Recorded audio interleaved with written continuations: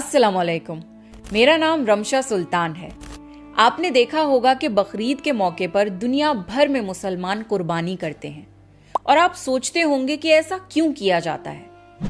चलिए आज आपको बताते हैं कि इसके पीछे की कहानी और विजडम क्या है। हजारों साल पहले की बात है।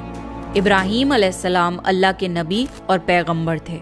एक दिन जब इब्राहीम अलैहिस्सलाम सो रहे थे तो उन्होंने एक ख्वाब देखा जिसमें अल्लाह ने इब्राहीम अलैहिस्सलाम से फरमाया कि इब्राहीम, आपके नजदीक जो सबसे प्यारी और महबूब चीज हो आप उसे अल्लाह की राह में कुर्बान कर दीजिए। अब यहाँ आपको बता दूं कि अल्लाह अपने बंदों का और खास तौर से नबियों का इम्तिहान लेता है, ये देखने के लिए कि इंसान अल्लाह से ज्यादा मोहब्बत करता है या अल्लाह के दिए हुए तोहफों से ज्यादा मोहब्बत करता है।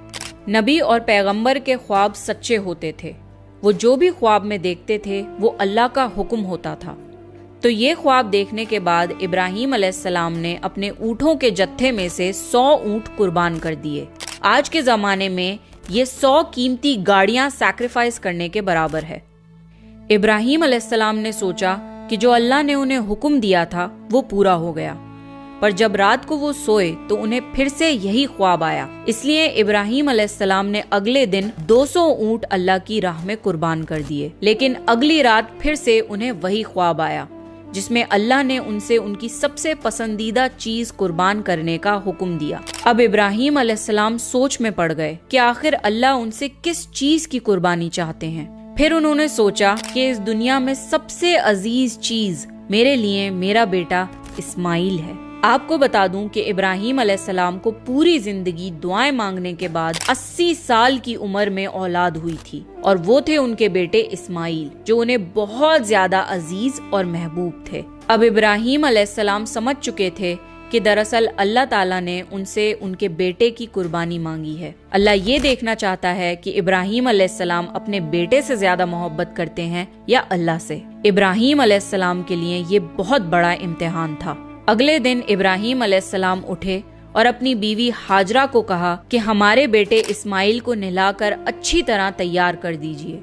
इब्राहीम अलैहिस्सलाम की बीवी हाजरा ने अपने बेटे को बहुत अच्छे से नहलाकर खुशबू लगाकर तैयार कर दिया और इब्राहीम अलैहिस्सलाम अपने बेटे को लेकर एक पहाड़ की तरफ रवाना हो गए। इब्राहीम अलैहिस्सलाम ये तकलीफ भरा फैसला कर चुके थे कि वो अपने बेटे की कुर्बानी देंगे, पर शैतान को कैसे मंजूर होता कि कोई अल्लाह की इताअत करे। तो शैतान भी अपने काम पर लग गया। वो सीधा इब्राहीम अलैहिस्सलाम की बीवी हजरत हाजरा के पास एक बुजुर्ग की शक्ल में गया और उनसे कहा कि इब्राहीम तुम्हारे बेटे को किसी दावत पे नहीं बल्कि उसे कुर्बान करने के लिए लेके गए हैं। ये सुनकर हजरत हाजरा बहुत हैरान हुई, पर वो समझ गईं कि ये जरूर अल्लाह का हुक्म होगा। तो उन्होंने शैतान से कहा कि अगर अल्लाह ने इब्राहीम को ऐसा करने का हुक्म दिया है तो ये हमारी खुशकिस्मती है। ये तो मेरा एक बेटा है, अगर मेरे इस्माइल जैसे 1000 बेटे भी होते तो मैं खुशी खुशी उन्हें अल्लाह की राह में कुर्बान कर देती। सोचिए, एक माँ के लिए ये कहना कितनी बड़ी बात है। जब शैतान हजरत हाजरा को भड़काने में नाकाम हो गया तो सीधे उनके बेटे इस्माइल अलैहिस्सलाम के पास गया और कहने लगा कि तुम्हारे बाबा तुम्हें किसी दावत में नहीं बल्कि तुम्हें मारने के लिए लेके जा रहे हैं। जवाब में इस्माइल अलैहिस्सलाम ने कहा कि अगर ये अल्लाह का हुक्म है तो मेरे लिए इससे बड़ी क्या खुशनसीबी की बात है कि मैं अल्लाह की राह में कुर्बान हो जाऊं।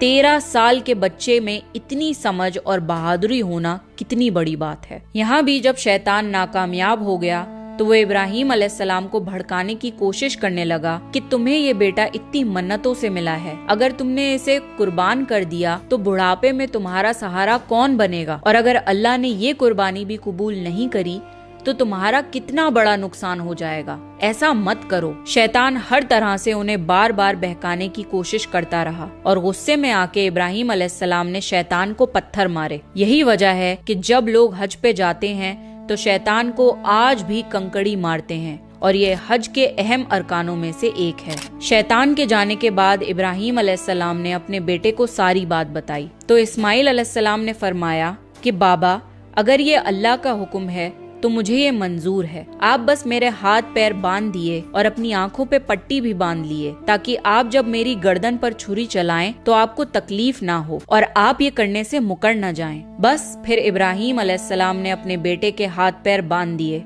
और अपनी आंखों पर पट्टी भी बांध ली। और जब उन्होंने इस्माइल अलैहिस्सलाम की गर्दन पर छुरी चलाई तो एक जानवर की आवाज सुनकर वो हैरान हो गए। उन्होंने जब आंखों से पट्टी खोली तो एक दुम्बा जुबा हुआ था और इस्माइल अलैहिस्सलाम उनके पास खड़े मुस्कुरा रहे थे। तब आसमान से अल्लाह ने इब्राहीम अलैहिस्सलाम से फरमाया, इब्राहीम, आप इस इम्तिहान में कामयाब हो गए। हमने आपकी ये कुर्बानी कबूल की।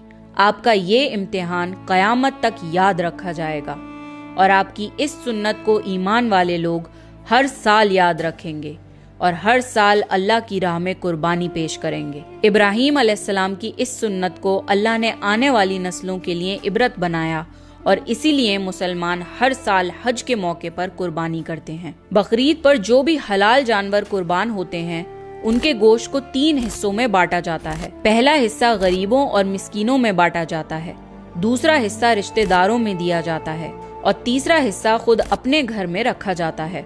आपको ये पता होना चाहिए कि बकरीद के मौके का गरीब लोग साल भर इंतजार करते हैं, क्योंकि यही साल का इकलौता मौका होता है जब उन्हें गोश्त खाना नसीब होता है।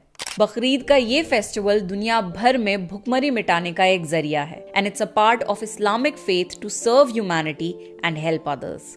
हज के इन 10 दिनों में की गई नेकियां अल्लाह को साल भर की गई नेकियों से ज्यादा पसंद हैं। इसलिए हज के इन दिनों में हमें ज्यादा से ज्यादा नेकियां करने की कोशिश करनी चाहिए।